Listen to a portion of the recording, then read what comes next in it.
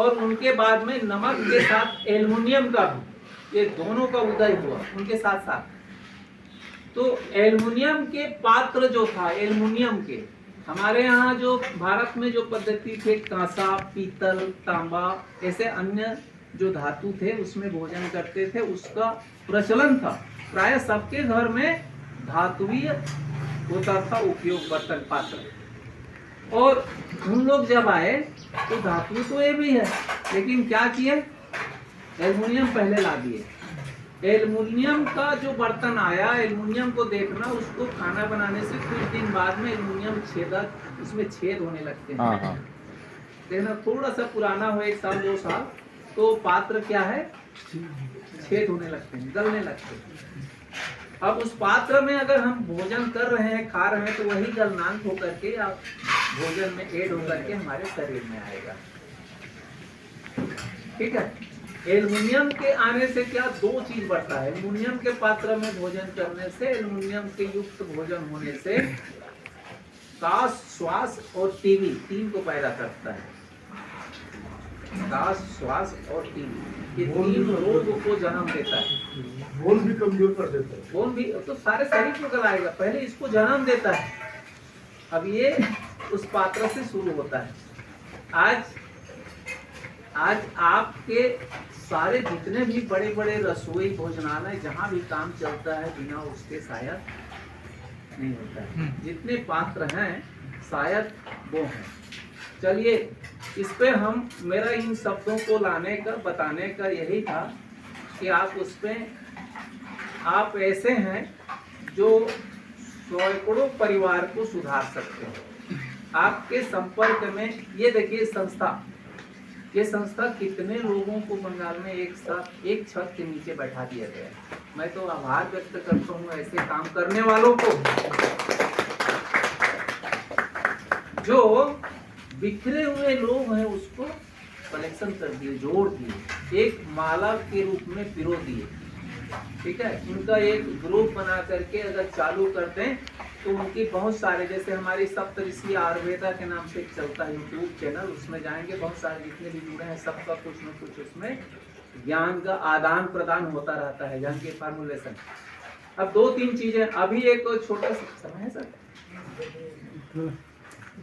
एक छोटा सा मैं आपको फार्मूला बताऊं, एक छोटा सा है, जिसको चाहेंगे तो कर सकते हैं। भाई साहब गौशाला वाले आए थे, बोल रहे थे कहीं इच्छापुर में गौशाला है, करके बताया, चलेगा क्या?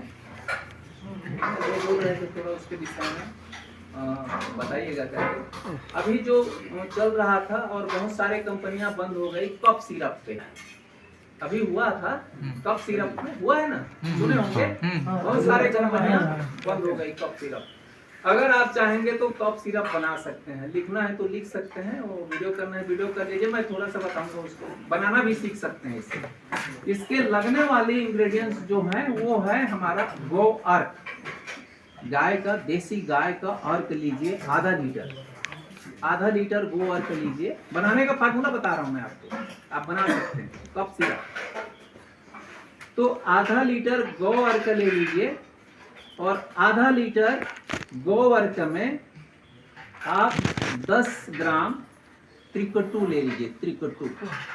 त्रिकटु अगर दुकान से उससे वैद्यनाथ की स्टोर से ले सकते हैं, या त्रिकटु बनाने का फार्मूला एक ही है, हल्दी, मेथी, राइट गलत, सौंठ, पिपली और काली मिर्च, ये 3 चीज रहता है त्रिकटु में, सौंठ, पिपली और काली मिर्च, ये तीनों को समभाग में पाउडर बना के रख लीजिए। त्रिकटु है तो त्रिकटु लेना है आपको 10 ग्राम त्रिकटु को आधा लीटर गोवर्क में डाल दीजिए, और पीतल के पात्र में उबालिए, जैसे हम चाय बनाते हैं। 10 मिनट तक उसको उबाल दीजिए, स्लो आंच में रखिए। 10 मिनट उबलने के बाद में उतार लीजिए, छान लीजिए, और उसमें आधा लीटर शहद डाल दीजिए। आधा लीटर शहद डाल दीजिए, और 10 ml आप उसमें अमृत धारा डाल दीजिए, अमृत धारा।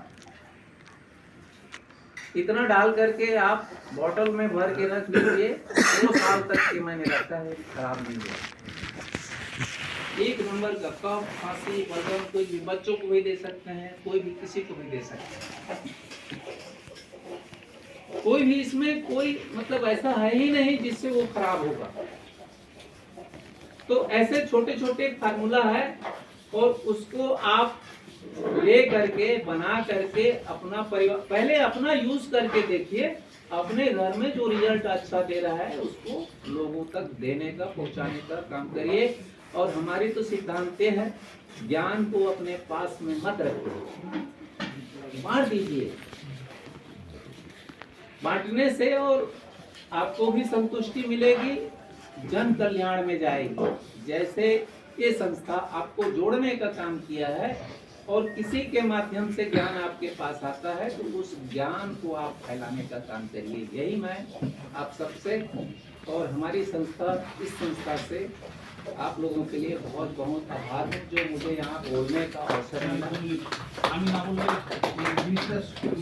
सर थोड़ा एक चीज सर थोड़ा एक चीज जानना चाह रहे थे।